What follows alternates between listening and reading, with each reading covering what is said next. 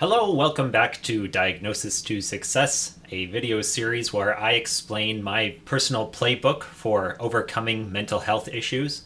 I think they'll work for you. They definitely work for me. Give it a watch and find out for yourself. Today's episode, or whatever you want to call it, is about just I don't even know what to call it. It's just being kind and patient with others, and it's a very useful tool, but it's very hard to stick to, especially when you spend most of the day figuring out if the people passing you by are trying to murder you or not. It's purely delusion most of the time, but either way, it can be hard to be patient and kind to people when you're always suspicious of them. Needless to say, it's a very useful skill in managing mental illness and also managing symptoms, particularly because it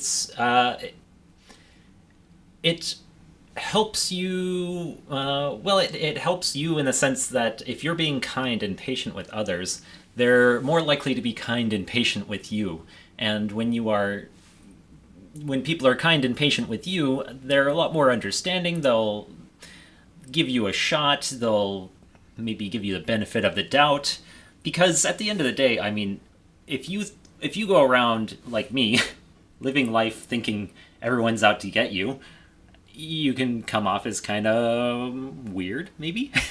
And if you come off as weird, it's important that people be kind and patient with you, because they'll say, well, this guy's kind of weird, but he seems nice, he seems good, okay, give him a chance. But I am going to talk about a story that I had with this, which was I was sitting at a cafe and I was just minding my own business. I think I was on my phone scrolling or whatever, and I heard some other guys down a few booths from mine. They were talking technology stuff, and I wasn't eavesdropping. I couldn't if I wanted to. I couldn't hear them well enough, but I heard like random words, and I was not doing well at the time. I was pretty paranoid and pretty delusional, and I started to get the idea in my head that they were trying to hack into my phone over the Wi-Fi network, the cafe's Wi-Fi network that I was on. And I mean, I was like, man, this is really paranoid thinking. I don't know, and I actually I mustered up the confidence to not necessarily confront them. And that's the kind of the difference between being patient and kind and being confrontational. I did confront them in a sense that well, here's what I said. This will give you a perfect idea of how I don't really believe it was a confrontation. I just approached them and said, hey guys, I'm sorry to disrupt you. I'm schizophrenic, and I am very often paranoid and delusional. And it's not real, but it's something that I have to manage from a day-to-day basis, and I have to talk to my doctor about things that talk to my doctor about when I have symptoms. And right now, my symptom right now is that I'm paranoid that you guys are trying to hack into my phone. And it would really just help me. I know you're not trying to hack into my phone, and it would just really help me if you just said that to me and give me that sort of affirmation, so that I can walk away from this and say, okay, I am being paranoid, and I need to talk to my doctor about adjusting my medication, or talk about perhaps some self-care things that I might be missing out on.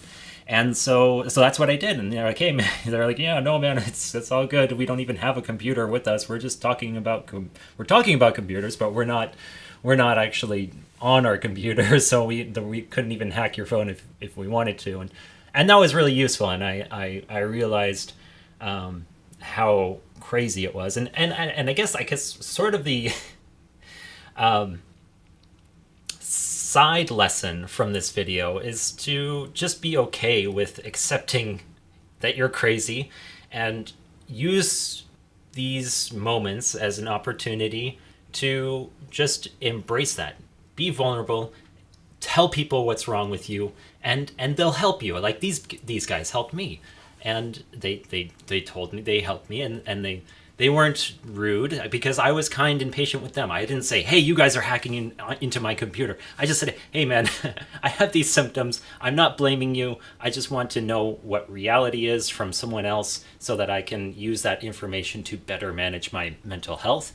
And that's what they did. I showed them kindness and patience by not confronting them, and they returned it by saying, no, man, you're good. We're not hacking you. You're good. And that was that. And I couldn't have done that if I hadn't been kind and patient with them, and if I hadn't just sucked it up and been a little bit vulnerable just to tell them my situation. And it all worked out in the end. We figured out why I was being paranoid and delusional, and it was largely because of diet. I find, and I'll talk about this in another video, but low carbohydrate diet helps with reducing my positive symptoms. And it helps when I am low carb, and it's really hard for me to be low carb because I love potatoes, I love corn, I love rice, I just love carbs.